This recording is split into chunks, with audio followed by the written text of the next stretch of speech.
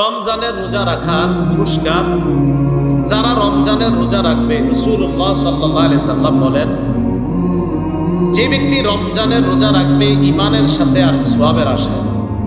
قال رسول الله صلى الله عليه وسلم من صام رمضان إيمانا واحتسابا غفر له ما تقدم من ذنبه।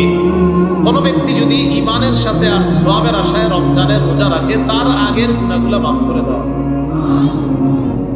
রমজানের রোজা আপনি সারাদিন রাখলেন, এই রোজা কিয়ামতের ময়দানে জাহান্নাম থেকে বাঁচানোর জন্য ঢাল হবে আপনার জন্য। قال رسول الله صلى الله عليه وسلم الصيام جنة। রমজানের রোজা হলো ঢাল, ইয়াস্তাজিন্নু বিহাল আব্দু মিনান নার।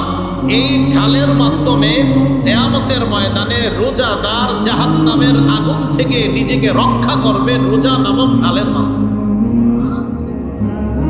তো সারাদিন আপনারা রোজা রাখলেন, রোজা রাখার পর এরপর সারাদিন রোজা রেখে আমরা বিকালবেলা একটা কাজের মাধ্যমে আমাদের রোজাটাকে আমরা শেষ করি।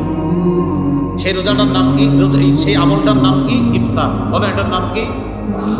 রাসূলুল্লাহ সাল্লাল্লাহু আলাইহি সাল্লাম বলেন, লিস-সাইমি ফারহাতান।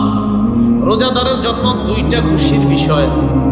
ইয়াফরাহুমা, যেই দুইটা খুশির বিষয় রোজাদার উপভোগ করবে, যেই দুই সময়ে রোজাদার খুশি হবে।